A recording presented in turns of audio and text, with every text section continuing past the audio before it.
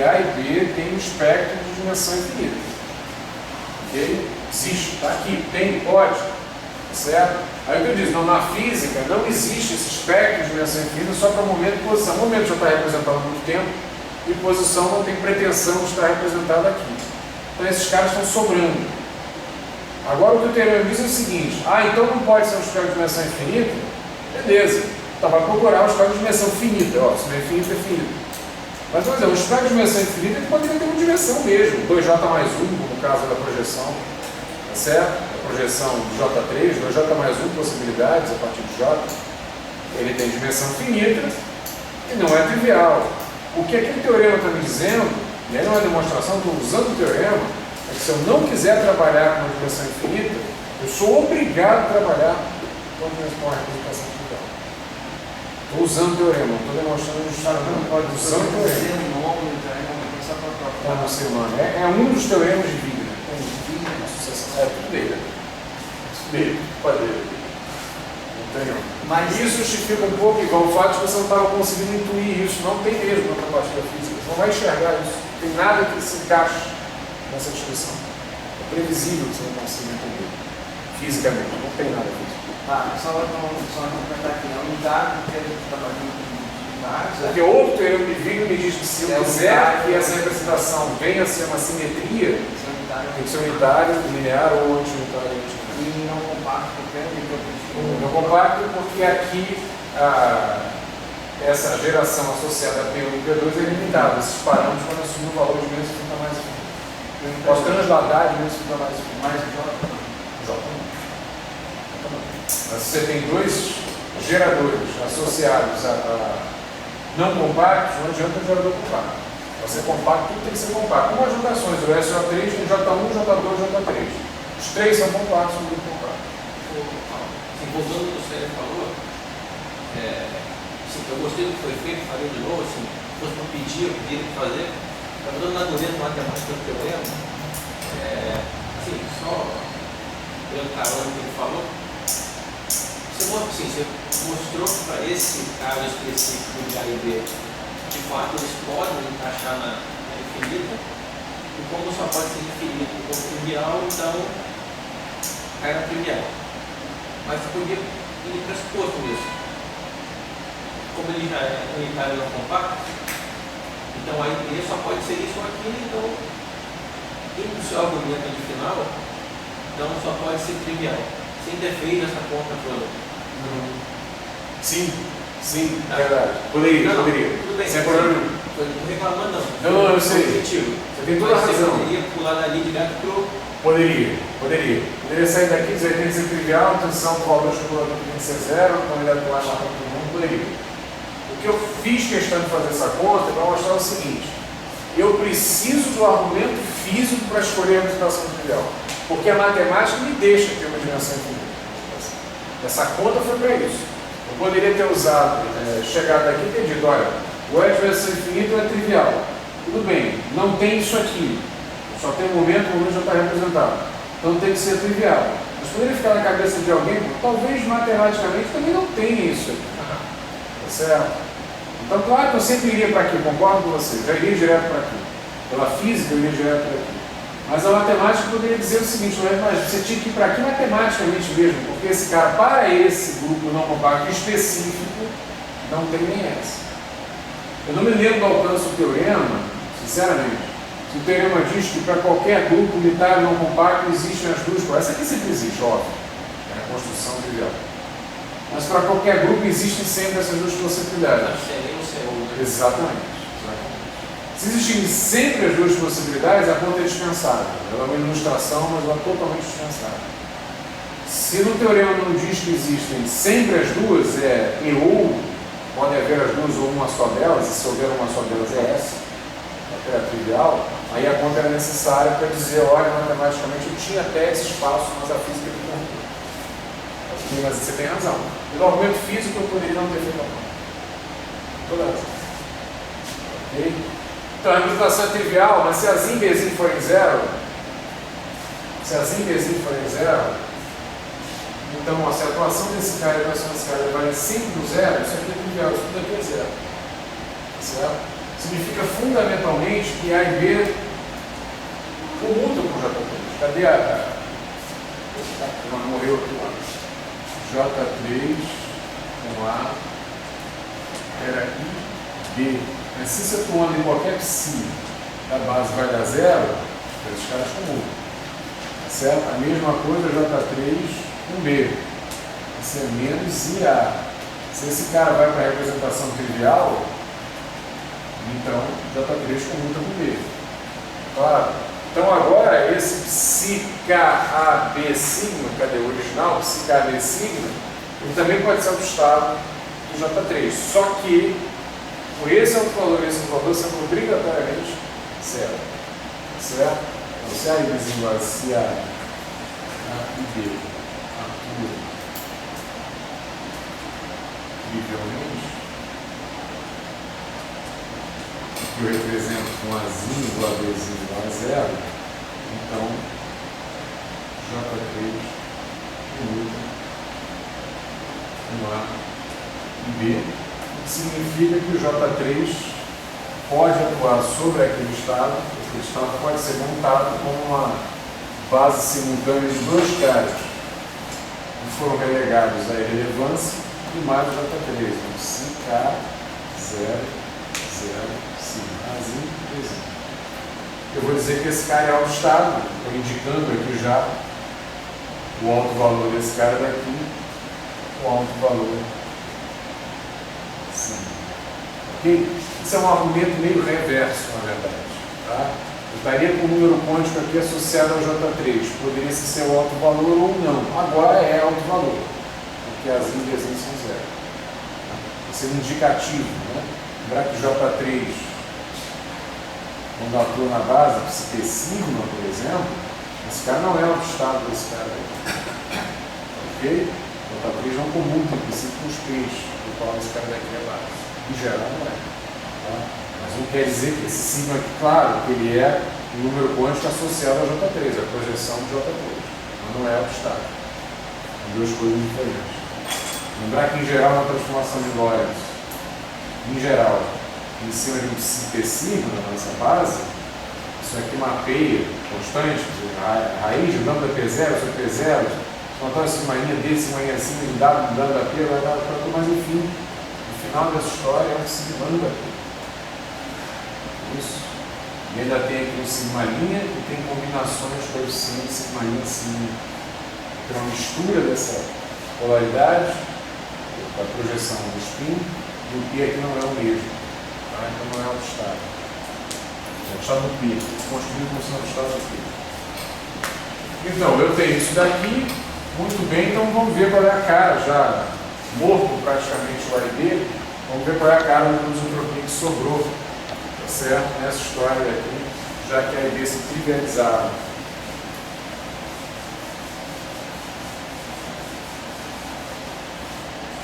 Sobrou na versão infinitesimal, quando você vai em cima do psicacinho, K005, então vamos lá. Esse cara daqui eu vou passar a chamá-lo apenas de psicacinho, como era antes. A gente incluiu os números quânticos para falar dos geradores A e B, mas eles são triviais, agora estou removendo esses caras. Certo? Voltando à notação original. Psicacinho. Então isso aqui a gente sabe que é, por construção, a atuação dos elementos do grupo isotropia, elementos de matriz de isotropia, estou atuando com um grupo de isotropia, uma representação unitária, esses caras são unitários, é isso? Sobre esse cara. Aqui eu deveria escrever por generalidade W de K, lambda P, lambda em cima do P, lambda P, eu gero o cara gerado. Então, se em particular esse lambda é um grupo de isotropia, deveria ser WK, mas como é grupo de isotropia, WK é K. A gente não mexe no cara. Okay? Então é isso aqui, mas é também a exponencial do que? Certo? Vamos botar a coisa infinitesimal, vou botar isso em propriedade, escrever a versão infinitesimal primeiro e a gente quer a exponencial depois. Psicacinho infinitesimal, é identidade mais. O que sobrou aqui? A gente tinha I alfa, já morreu aqui em algum lugar, mas era o parâmetro associado ao escriturar. Era o parâmetro associado ao gerador A. Então, alfa, claro que é função de lambda, claro que é função de P. Eu estou escrevendo isso aqui por, enfim, devaneio barroco, isso aí vai ser zero, assumir. Ok, mais I, beta, de lambda, P, mais I, beta, agora de lambda P mais responsável, J3, não é isso? Isso é o setor infinitesimal, que vai atuar em cima do psicassino. Na verdade, é o exponencial desses caras. Essa é a parte infinitesimal. Bom, o J3 em cima do psicassino vai gerar sigma psicassino, não é isso? Aqui, ó. Esse cara agora é o estado de J3, que esse é o velocímetro. O A em cima do psicassino vai gerar Azinho psicassino, mas esse Azinho é zero. Esse cara morre. Tá certo? O B em cima do psicassino vai gerar Bzinho, mas o Bzinho é zero, então também morre. Então essa história toda acaba se resumindo lá. Mais beta. E a atuação do J3 em cima desse cara daqui vai dar sim. E eu reproduzo o cara. Ok? Isso de forma infinitesimal. Ou seja, vai sobrar uma exponencial de I teta lambda P assim. Ok? Então, na forma finita, a posição na forma infinitesimal, unidade de E, essa confusão toda para falar do cara de zero, é exponencial. Se não trocar a ordem, é todo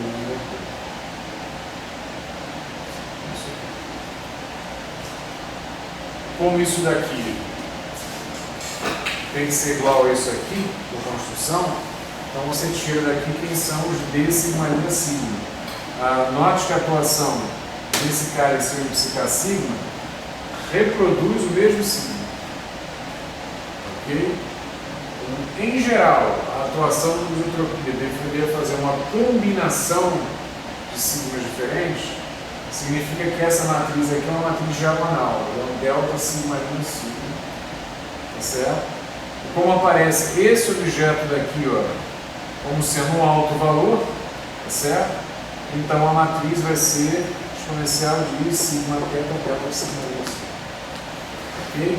O que eu posso encaixar aqui para reproduzir esse resultado que eu tenho aqui, ó, é a mesma coisa, boto o psicasigma aqui, boto o psicasigma aqui, o que eu posso encaixar é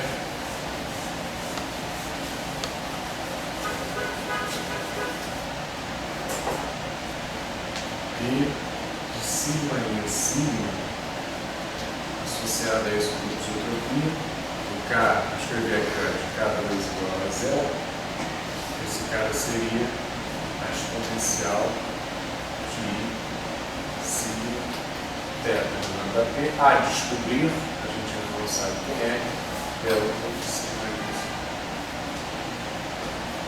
Ou seja, essa representação que sobrou é uma representação unidimensional. Isso é só uma dimensão da história. Ela é finita e unidimensional.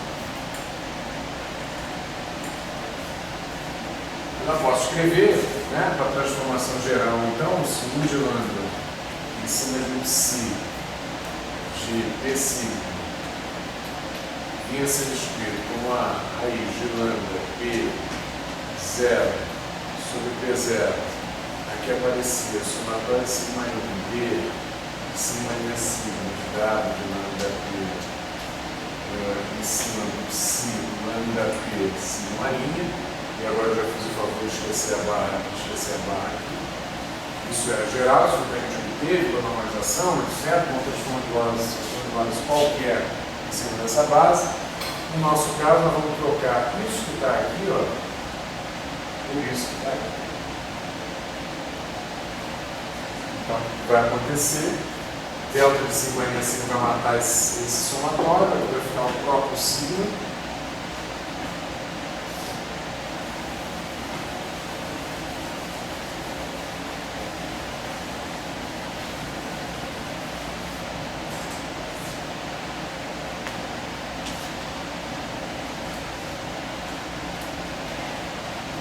P0, P0, exponencial, de signo, perto do metro, 5, aqui, 5. Então, aí. Se eu tiver uma transformação de Lorentz atuando sobre um estado que tem um momento P tal que P2 igual a 0, tá certo? Esse cara é o cara que está sendo gerado via o L de P a partir do K, aquele K que a gente montou de K2 igual a 0. Então, se eu estiver atuando sobre um ente que a gente pode chamar de partícula de massa nula, então ela atua assim. Tá claro?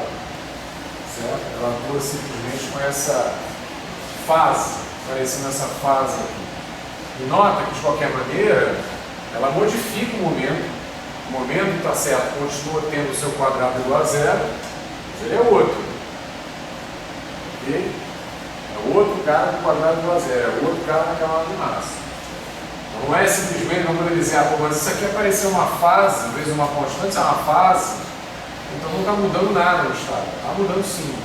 Esse estado aqui não é igual àquele, esse estado aqui tem um momento alterado. Ok? O que vocês podem dizer, de fato, que parece uma trivialidade problemática, é que a transformação de Lorentz agora não altera esse cara que apareceu aqui. Não mudou. Vamos só fazer uma observação para caracterizar de vez quem é esse cara. O nome desse cara daqui, dessa projeção, isso aqui é o alto valor do J3, isso. A gente chama isso agora de helicidade, não mais de espinho. As helicidades. Esse cara que apareceu aqui, a gente não fez essa observação, mas dá tempo, não tem problema. Por que nesse grupo que apareceu aqui, apareceu o J3? Especificamente o J3. O que ele tem de especial? O que tem de especial é que você tomou o representativo, o caminho, como sendo o certo capa aqui, 0, 0, e o outro capa você botou na direção 3. Foi por isso que ele ficou. Foi por isso que o alfa 1 e 2 simplesmente não foi citado, né? Na delação premiada, essas coisas todas, está vendo hoje. Não apareceu aí, ok? Não apareceu justamente, está associado ao parâmetro associado ao J12, portanto é o parâmetro associado à rotação J3, porque a rotação J3 não afeta esse cara aqui, tá certo? Então esse cara apareceu sem vínculo. Basicamente o que eu quero na isotropia é reunir todo mundo que não altere esse cara. É óbvio que uma rotação em torno do eixo Z não altera esse cara, ok? Não vai mexer justamente aqui e aqui, mas aqui é 0, esse caso não iria mexer mesmo.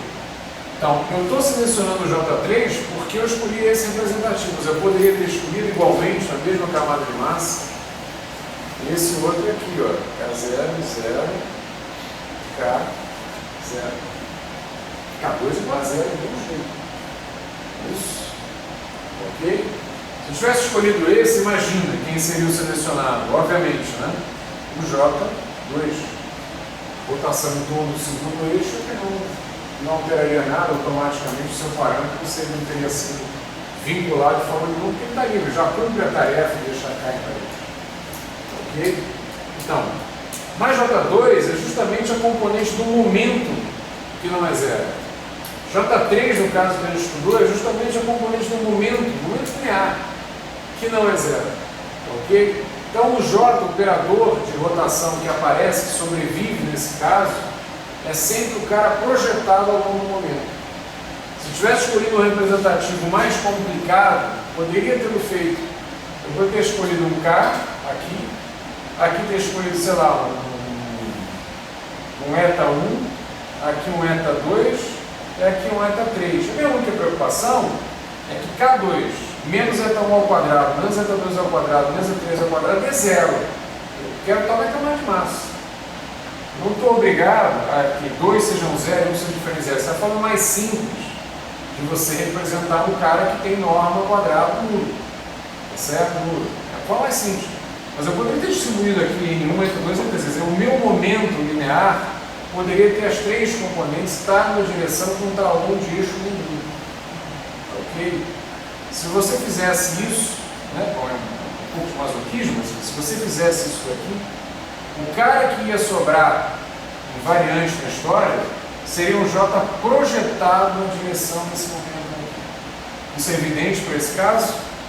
É evidente para esse caso?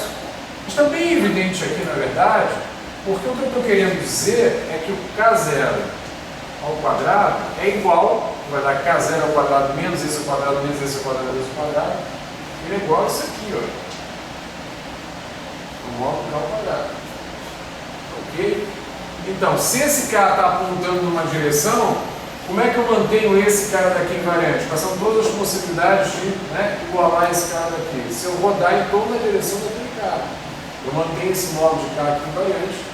Portanto, eu rodando em torno da direção do momento, eu posso escolher, tenho uma invariância, tenho esse módulo de K mantendo o valor, podendo, portanto, abater o K0 ao quadrado. Ok? Então, na verdade, o operador que aparece, o operador que a gente deveria ter considerado, é o JP chapéu, que é o produto escalar de J vezes o P chapéu, que é o produto escalar de J, claro. Isso aqui é meio feio, contrário. Isso aqui é meio feio porque esses caras aqui são operadores. Né? É meio feio você fazer produto escalar. Entendam isso simbolicamente. Ok? Entendam isso como você pegando o J1 com o P1, o J2 com o P2, o J3 com o P3 e somando. Entenda esse produto escalar pela forma que ele se reduz quando a gente toma coordenadas cartesianas, eixos mutadores perpendiculares, etc. Tá? Esse operador aqui é chamado de operador de unicidade. E ele vai ter como autovalores justamente esse número quântico. Signo que você define. Ok? Esse cara que aparece aqui. Então, o moral da história, ou o imoral da história, é que a gente faz de fato, a gente escolhe o representativo mais simples do que a gente pode trabalhar. Mas que a gente pode perder um pouco a noção do que está fazendo. Se eu escolher um outro representativo, começa a aparecer suspeito, não é o J3 que aparece, é o J2. Se puser o K aqui, claro que é o J1. E num outro representativo mais genérico, eu poderia escolher, sem problema nenhum, a gente já viu, o grupo é similar, portanto os geradores têm a mesma álgebra, assim por diante, eu continuaria no LISO 2, no euclidiano de 2 dimensões, ok? O que eu pegaria como a rotação que deixa esse cara invariante, participa do uso do Euclide, seria a rotação projetada ao longo da direção do momento que eu escrevi isso aqui. Tá? A gente chama isso de simplicidade. Então, tem uma coisa curiosa que é o seguinte: quando a gente fez a transformação U de lambda em cima de um psi lá no passado com um P2 maior do que 0, P2 igual a M2, tempo, aparece uma combinação linear, não é diagonal, certo? Aparece uma combinação linear. E aí chegou aquela pergunta: bom, então eu não posso dizer que uma partícula com uma projeção de spin mais meio, por exemplo, quando é de spin mais meio, seja uma partícula diferente do elétron com projeção de spin menos meio. Você não chamaria o elétron do elétron, o elétron daí outro nome para essa que tem o spin invertido. Então pode fazer isso. Quando você faz uma transformação de Lorentz, isso se mistura, eu passo a ganhar uma superposição. Então, se eu distinguir isso como duas partículas, eu vou ter uma contagem diferente de partículas apenas por fazer uma transformação de Lorentz. Eu não quero isso. Eu quero que partículas sejam uma noção bem definida, exceto do ponto de vista do grupo de Lorentz. Pode não ser do ponto de vista de outras transformações, mas eu quero que aquele grupo de Lorentz seja. Bom, mas aqui parece que não tem problema nenhum. Tá ok? Se eu tiver um cara com uma certa helicidade aqui e perguntar a um outro observador que passa, né, com velocidade constante com relação a ele, o que ele vê, ele vai ver um cara com a mesma helicidade. Exatamente a mesma. Então, se a helicidade aqui também for mais meio menos meio, ferro de massa zero, certo? Ou um bóson de massa zero, aí é fácil, ok? O fato é que o outro cara vai ver, se aqui for mais meio, ele vai ver mais meio também, se aqui for 1, ele vai ver 1 também, certo? Então eu poderia dividir, por exemplo, que a velocidade fosse 1 era uma partícula, a velocidade fosse 0 era outra, fosse menos 1 era outra, ou for meio é uma, ou for menos meio é outra, porque se eu mudar de observador, realmente o cara confirma, é um conceito covariante. Aqui, se o eixo é massa zero, o eixo é massa zero não vai. Tá bom, então para as partículas de massa zero eu posso dizer que a partícula de massa zero com a dada densidade é uma, e com a densidade oposta é outra. Posso dizer isso? Isso é um conceito Lorentz invariante? É um conceito próprio ortógono invariante, mas não é Lorentz invariante. O que a gente vai ver, não vai ver hoje, mas a gente vai ver que a paridade da reversão temporal mistura as velocidades. Certo? Então, o grupo de Lorentz como um todo, lembra como é que eu componho o grupo de Lorentz como um todo? Subgrupo próprio e os demais subconjuntos que não são subgrupos, os representantes ali são um cara do próprio autóctono vezes paridade, ou um cara do próprio autóctono vezes reversão temporal, ou um cara do próprio autóctono vezes paridade vezes reversão temporal. Eu estava falando do grupo de Lorentz, eu preciso saber ainda como é que paridade e reversão temporal atuam num cara desse. P2 igual a zero. Já aviso, vai atuar misturando essas densidades. Então a helicidade não é um conceito Lorentz invariante, é um conceito próprio ortógono invariante. Toda vez que você precisar representar a paridade e a reversão temporal como simetrias do teu sistema físico, você não pode estar ao luxo de dizer não, uma helicidade é uma partícula, uma helicidade é oposta a outra partícula. Tipicamente você está sempre preocupado em representar a paridade e a reversão temporal como simetria do seu sistema físico. Na verdade, está preocupado com uma coisa que nesse momento é uma notícia, é um palavrório, uma coisa almanac, a gente não está abordando isso devidamente, mas tipicamente está preocupado que haja uma variância por conjugação de cada paridade e variação temporal. Porque há uma conexão entre essa variância e a variância pelo grupo de Lorentz. E há uma conexão. Não é um sem somente sim, mas há uma conexão. O que significa que eventualmente você pode não ter variância por paridade, desde que você também não tem variância por mais uma dessas transformações discretas, de tal forma que pela composição você tem variância. Okay? Então, se você tiver uma invariância que seja uma reflexão, uma mudança de sinal, se você também tiver isso por outra, você por conjunto pode manter a invariância. Então, a invariância por paridade não é uma exigência das teorias físicas, mas pelo menos investigar a possibilidade de ser uma simetria é uma pergunta que sempre vai se fazer. A paridade, a reversão temporal, para a conjugação de carbono. A conjugação de carbono não tem nada a ver com o grupo de Lorentz. Nada a ver, calma, não parece nada a ver com o grupo de Lorentz. Tem. Isso vai ficar dramático, mas só quando a gente definir campo lá na frente do curso. Okay? Mas em princípio, o grupo de Lorentz está dado por próprio autógono, paridade e reversão temporal. Tem essas três, é um grupo inteiro. Tá? Então, paridade e reversão temporal vão misturar esses caras aí. Tá? Então, como a gente vai querer trabalhar com elas, a gente não vai separar as partes.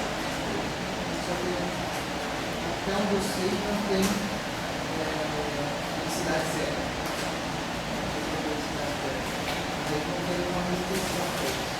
Não, que não tem nenhuma restrição para isso. Não tem nenhum problema. Tá? Com a paridade também não teria, porque basicamente paridade e reversão temporal elas vão misturar densidades opostas, levar 5 e menos 5. Basicamente é o que vai acontecer. Também não teria. Mas a gente precisa não tem. O spin zero, o único que a gente conhece de manifestação fundamental é o RIS, menor de massa zero. E aí seria projetar J em T igual a zero, não faria sentido também, né? Porque você vai dividir pelo modo de zero, vetor nulo por um modo nulo. Não, você estaria dizendo o seguinte, você tem densidade igual a zero, você teria isso aqui, por exemplo, não tem problema nenhum, você tem massa zero, aí você estaria dizendo que a projeção do J aqui seria zero. É como se estivesse projetando, você está projetando, sei lá, o momento angular no vetor nulo. Que sentido físico teria? Está dizendo que o momento angular sempre vai ter alguma projeção quando você escrever ali. J escalar P não tem como ser zero desde que haja um P ali. É, você tem que ter um P. Se os três aqui forem zero, Só tem um jeito disso aqui continuar tendo um lama zero. É o quarto aqui ser zero também. Exato. Mas o quarto ser zero, no princípio não tem partícula nenhuma. Está falando do vácuo, basicamente. Ok? O vácuo, claro que você pode ter esse jogo trivial, mas não é isso que eu estou querendo levantar. Querendo ver a possibilidade de uma unicidade zero. A interpretar o que seria uma unicidade zero. Eu também não consigo entender isso aqui. Não tem uma representação na unicidade zero. Nessa linha da conclusão. Não próprio vácuo. É só o vácuo. O vácuo tem unicidade zero. O vácuo Não fica aparecendo a cidade. Oi? Não, tem ali. Só clicou, aí viu a somatória viu um ponto só na janela das outras. Aí como que interpretou, aí ele viu o B passou para onde da perigo. Mas pode Mas a unicidade ficou a como mesma. que a cidade aparecer? Não, mas isso antes era assim. Aí só na parte disso Olha só. a cidade. Olha só, vamos lá. Os livros tratam, a literatura trata sem muito cuidado com a abuso de linguagem. Spin e unicidade, cada palavra. Spin não usa muita palavra Tem unicidade. massa nula, tem spin zero e está parado. Não é nada.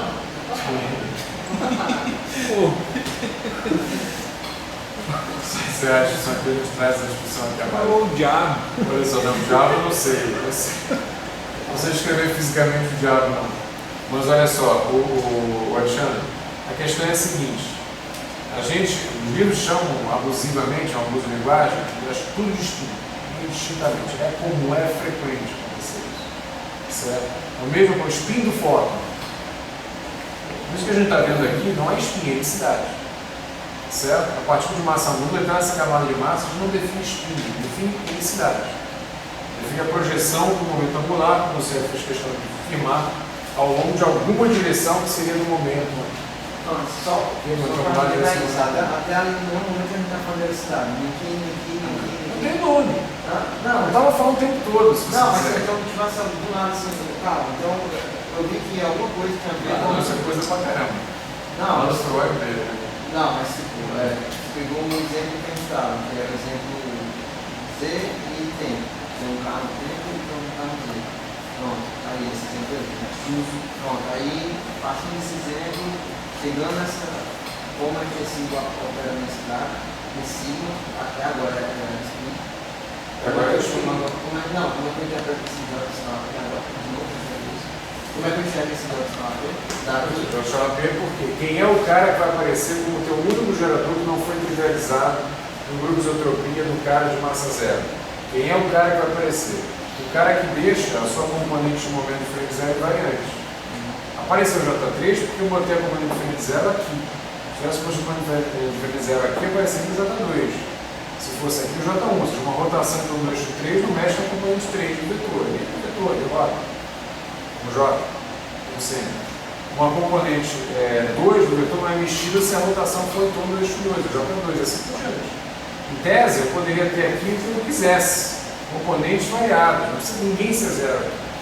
O vetor tem norma zero, a única coisa que a gente quer é que o quadrado da parte temporal iguale o quadrado da parte espacial. Pronto, acabou, isso vai dar zero ou norma. A parte espacial, cada metro de hipótese, tem que estar na frente. É isso. Então, se aparecer isso aqui cheio de componentes, mas está escrito eta 1 ao quadrado, mais eta 2 ao quadrado, mais eta 3 ao quadrado, é igual a esse k ao quadrado, então isso vai dar zero também. Mas aí você tem 3 componentes, esse vetor não está nem ao longo do eixo 1, nem do outro tem 3, esse vetor está na direção. Quem é que vai deixar esse cara invariante? O tamanho dele invariante? Certo? É uma rotação. O plano perpendicular. Exatamente. Mas o que está dizendo aí é que vai ser o G3 aqui, o G3, o J3. O 3 apareceu desde o começo porque a gente escolheu esse cara como representativo. Apareceu o J3, apareceu o A e apareceu o B. Aí o A e B, joguei fora os valores dele, né? Joguei fora os valores dele porque ou era isso ou considerar o espectro infinito de autovalores. Isso não tem interpretação física. Aí então, você está dizendo essa equação aqui, essa última equação, onde você está fazendo essa última equação. Essa aqui? E eu vou operar. Se eu fizer uma transformação de Lorentz qualquer, ou melhor, do próprio autólogo, em cima de uma partícula, se você quiser, um ente fundamental, um estado aqui, o mínimo de representação numerical necessário para que eu saiba o que é isso, né, para a frase grande, que tem a massa zero, que os P2 seja igual a zero, a maneira como a transformação acontece é essa. Então a gente mostrou. E essa maneira implica que a helicidade, ou se você quiser, o alto valor do J3, que antes você chamava de projeção Z do spin. É isso? Certo? Você tira o J, tira o J3, e a projeção Z do spin era aquele J. Então tudo bem. Agora eu estou chamando essa projeção J3 aqui, certo? Eu estou chamando de helicidade. Outro nome que eu estou dando. Agora, essa aqui só se manifesta com essa invariância, inclusive, com essa regra de atuação unidimensional, não tem combinação linear, é uma fase. Isso aqui só acontece na massa zero. O que a gente mostrou na aula passada é que esse tipo de transformação com a massa diferente, zero, como tem dois aqui, é bem mais complicado e tem mistura desses caras aqui. Não é diagonal assim, não é unidimensional. Certo? Tem mistura desses caras aqui. Então, quando tem mistura, eu chamo de spin.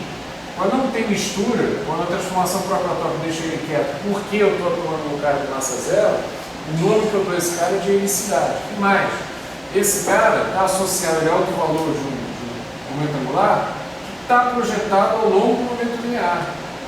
Não há nenhuma exigência de se fazer essa projeção no caso de P2 igual a M2 maior que zero. Não há nenhuma exigência. Você não está conectando esses caras dessa maneira aqui como você conecta. Isso aqui você só faz, só tem que fazer para a massa zero. Vocês estavam discutindo aí, a gente vai de volta essa discussão.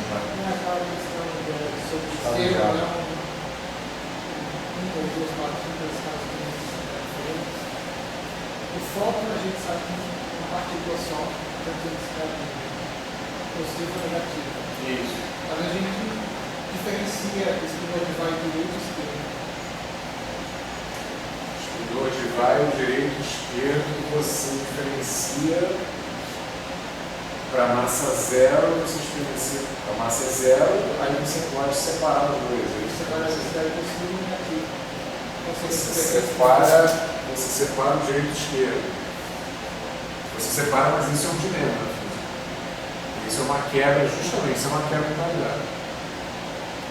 Você, portanto, pode separá-los justamente porque a paridade não vai ser uma simetria do sistema. Se ela fosse uma simetria do seu sistema, você não teria o direito de fazer separação. Então, justamente pela transformação de Lorentz, não tem problema nenhum, pode separar à vontade. Pode colocar, fica naquilo.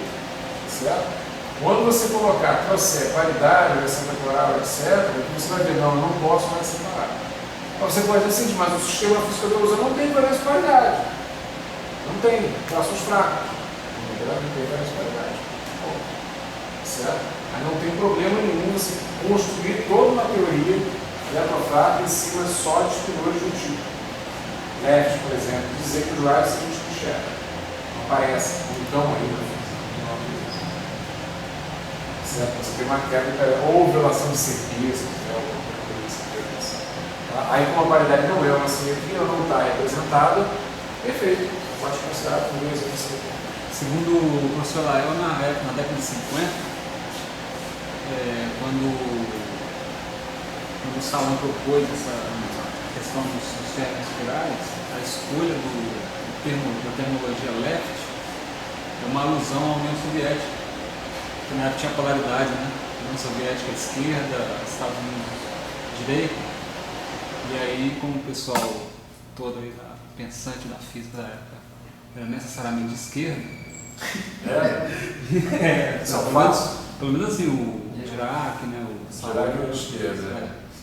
O Wigner parece que depois acabou, segundo lá, meio que Mas acho que tinha bastante gente que americanizando, né?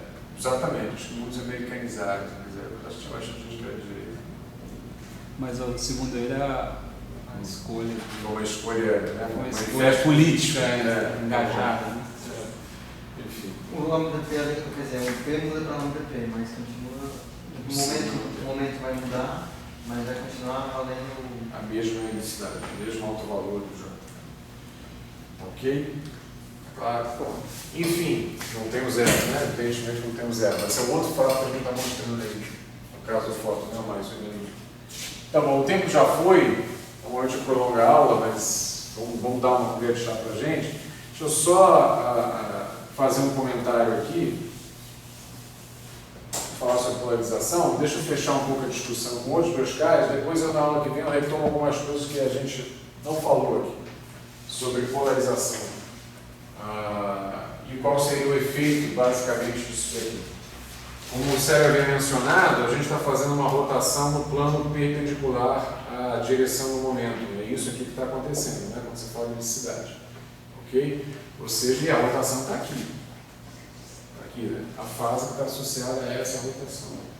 Em geral, as partículas que aparecem são, à exceção das situações em que a paridade não está representada, não é uma simetria, elas são misturas de polarizações diferentes. Ela tem a superposição das polarizações diferentes que você tem à disposição dependendo daquele ente físico que você está falando. Então, com frequência, você pode falar daquele estado como sendo um estado elipticamente polarizado, não polarizado, circularmente polarizado, linearmente polarizado, toda aquela nomenclatura que a gente faz, se a gente considerar considerar uma composição de várias helicidades, no estado que você observa, você pode falar disso. E aí essas rotações aqui vão ser diferentes. Porque se eu tiver um cara com helicidade sigma e um outro cara com outro estado com helicidade menos sigma, quando eu atuar com uma transformação de Lorentz, um gira de um jeito, o outro gira do outro jeito. Ok? Esse sigma aqui é o alto valor. Estou querendo dizer bem grosso modo, se eu tiver um estado, sei lá, P, ponto e vírgula alfa, que seja um alfa mais, CP, sigma mais, um alfa menos, CP menos sigma, isso para representar que esse cara é a velocidade oposta a essa, onde, claro, para não perder a normalização, isso aqui tem que ser verdade, não é isso? Para não perder a normalização, estou definindo um cara com combinação linear desses daqui. Então, se você perguntar como é que o U de lambda atua em cima desse estado combinado, ele vai atuar em cima desse cara e vai atuar em cima desse outro cara daqui. Ok? E esse cara daqui ele vai gerar aquela exponencial. Claro, tem o raiz. Opa, vamos lá. Raiz de lambda P0. Custou tanto para fazer essa normalização, vou jogar isso fora agora. Alfa mais, esse cara daqui então aparece o I sigma θ de lambda P. E aqui fica psi de lambda P sigma, o mesmo sigma. Mas nesse cara que aparece aqui, vai rodar ao contrário. Mais alfa menos exponencial de menos I sigma θ de lambda P, também a determinar. Psi de lambda P menos sigma. Então é essa, fecha o parênteses aqui, porque tinha uma normalização. Pronto. Esse parênteses aqui é aquele que estava, né? A tecla brilhando aqui, brilhando lá, verdinho, brilhando lá. Tá ok? Então, em princípio, eles vão rodar diferentes. Tá ok? Por uma transformação de Lorentz. Tinha uma combinação, mas eles vão rodar diferente desse plano perpendicular ali. A gente faz um pouquinho melhor, a gente escreve esse parâmetro aqui de uma maneira um pouco melhor. O fato é que esse quadrado aqui tem que dar 1. A polarização elíptica, se esses números aqui, que são números complexos, forem quaisquer, a polarização elíptica é a não polarizada, é esse estado. Se um deles for zero, não tiver o outro, a gente fala de uma polarização circular. E se alfa mais em módulo for igual a alfa menos em módulo for 1 sobre raiz de 2, a gente fala de uma polarização linear. 1 sobre raiz de 2 só porque esses somos quadrados aqui para não perder a normalização, é isso? Esse cara está normalizado da maneira como a gente fez, esse cara aqui também é a nossa base usual. Se eu faço uma combinação deles, se eu quero que esse cara esteja normalizado, tem que ter esse vínculo aqui. Ok? Esse aqui seria a polarização linear. E, enfim, o alfa gerais seria, sem um vínculo aqui, seria além desse, evidentemente, seria uma polarização elíptica.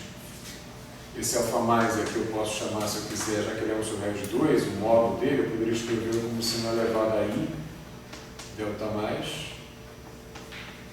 sobre a raiz de 2, posso botar uma fase nele, o alfa menos eu posso botar um delta menos, o que significaria que no lugar desse cara daqui eu teria uma fase, no lugar desse cara aqui eu teria em princípio uma outra fase, e o que a transformação de Lorentz faria seria pegar essa fase daqui e rodar de um ângulo sigma θ, ok? E a outra fase, a delta menos, é rodar de um ângulo menos sigma θ. Então o efeito da transformação de Lorentz seria justamente girar esses caras aqui, essas componentes aqui, no plano perpendicular ao momento linear. Claro?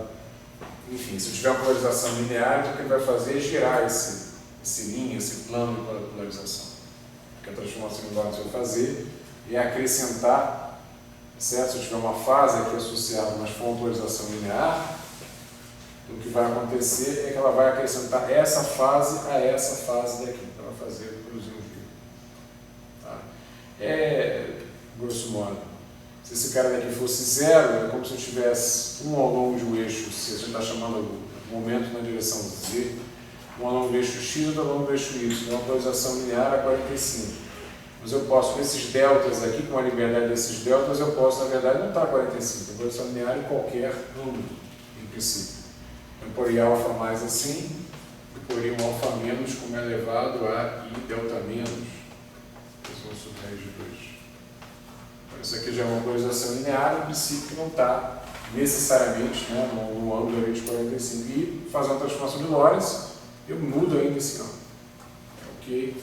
O efeito da transformação de Lorentz seria produzir um giro justamente no plano perpendicular aí ao momento, girar a polarização. Enfim, isso é só uma observação, isso não é tão importante aqui. Eu queria só dar uma... Depois eu faço isso com mais cuidado, dar uma encerrada na discussão, indo para o que vocês acabaram de falar aí. Quero tentar representar o diabo, não é isso? Grusotropia do diabo. Então, o Séneca falou. O problema é o cheiro de enxofre. Representa esse cara aí. Que é a grusotropia desse cara aí? 0, 0, 0, 0, 0. Tudo. Qualquer coisa deixa ele variante. Como eu estou me referindo ao próprio ortógono, o grupo de isotropia seria um subgrupo do grupo do próprio ortógono, o grupo de isotropia nesse caso aqui seria o SO13. O próprio ortógono. Qualquer transformação desse subgrupo deixa esse cara aí variante. Na verdade, qualquer transformação, né, definida naquele espaço, apresentada naquele espaço, deixa ele variante, mas é que a gente já partiu do pressuposto que o isotropia é um subgrupo do SO13. Então, no caso, seria ele próprio. Ok? Mais uma vez, esse cara daqui é não compacto. Ok?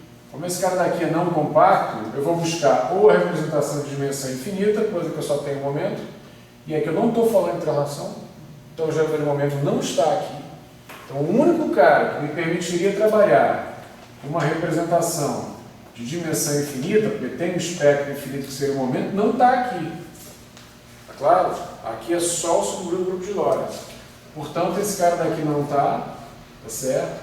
Expeli fora, vou colocar de forma bem coloquial aqui, sobra então a representação trivial.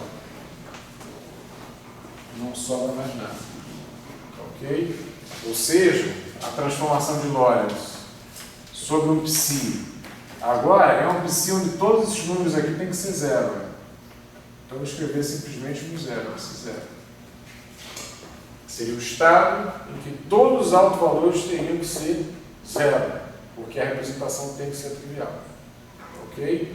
Agora, se os geradores todos agem matando ele, zerando, então isso aqui é identidade. É elevado a parâmetro gerador, parâmetro gerador, parâmetro gerador, todos os geradores zero, o estado é identidade. Então isso aqui é a minha ideia de que esse psi zero aqui representaria o estado de nenhuma partícula, mas corriqueiramente a gente chamaria de vácuo. Ok? Que a ideia é que ele seja invariante. Por essas razões aí. Ok? Claro que a gente vai supor também que ele seja normalizado. Como ele não tem momento para representá-lo, eu não preciso de uma delta 3 de P' menos P, porque ele não tem P', é zero. Tá certo? A ideia é que seja um mesmo. E não um funcional, né? Não uma distribuição, delta 3, uma coisa mais a outra. Ok? Que essa norma seja um mesmo. Então esse cara aí é o vácuo, mas olha, ele está sendo tirado de uma maneira um pouco mais sofisticada. Tem um grupo de isotropia para ele, esse grupo é não compacto, então a representação dele ou é dimensão infinita ou é trivial. A dimensão infinita não está à disposição, porque o único cara, mais uma vez, o argumento é físico. Tem um cara de espectro contínuo e infinito, que é o momento, mas o momento não está aqui dentro, não é gerador disso daí, está na parte da relação, está fora disso aqui. Então sobra trivial para todo mundo, então esse estado é chamado invariante. Como é da dimensão infinita de novo? O PMI está fora. O PMI está fora. Então fisicamente você não tem ninguém a quem você possa associar um espectro de dimensão infinita. Nossa, então o caso dos espaços estão ligados. Se tivesse que ser. Pois é. Não, a questão séria. É uma questão séria, o problema é que a gente não consegue responder, mas é uma questão séria mesmo. E tem um quarto, né? O quarto é um caminho, o quarto e último, é um caminho com essa carga de 0, 0, 0 e M. Então tal que K2 é menos M2, isso é menor do que 0. Tá certo? Que é o nosso famoso táquio. Ok? Acho que não foi encontrado ainda. Mas ele tem um grupo de isotropia. Quem é o grupo de isotropia dele? Quem é o deixa táquio? Vamos ver outro espaço, não é isso?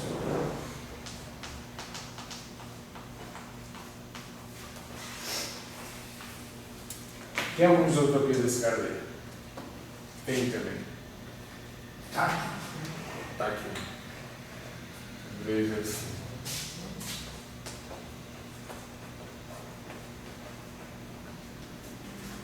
Aqui é o português, né? Quem é o grupo de isotropia dele? Quem é que deixa ele invariante? Aqui porque eu escolhi esse M na terceira dimensão espacial. Poderia ter escolhido na primeira, poderia ter escolhido na segunda, poderia ter distribuído. Idem. Ok? Mas assim, nessa posição aqui, que é a situação mais simples, quem seria o grupo de isotropia? Quem é que deixa ele invariante? Olha só. Deixa ele invariante. Qualquer rotação em torno do eixo Z, J3, tá certo? Mas deixa ele invariante também um boost misturando o eixo X com o tempo e um boost misturando o eixo Y, o eixo 2 com o tempo. Ok? O produto também. E o produto também, claro. É um grupo. Certo? Então ele está admitindo que sim. Agora, se eu posso fazer um boost, digamos, na direção X, um boost na direção Y, eu posso rodar em torno de Z, eu estou falando do grupo de Lorentz, só que no espaço com seção espacial bidimensional. Não é isso? O que é o grupo de Lorentz aqui? Enfim, o grupo de Lorentz é mais do que isso, porque tem paridade, mas pelo menos o próprio ortógono. Né? O próprio ortógono é, porque a gente vive numa seção espacial tridimensional, é quadridimensional o espaço, mas a seção espacial é tridimensional. Eu posso fazer 3 rotações independentes e 3 boosts independentes. É isso?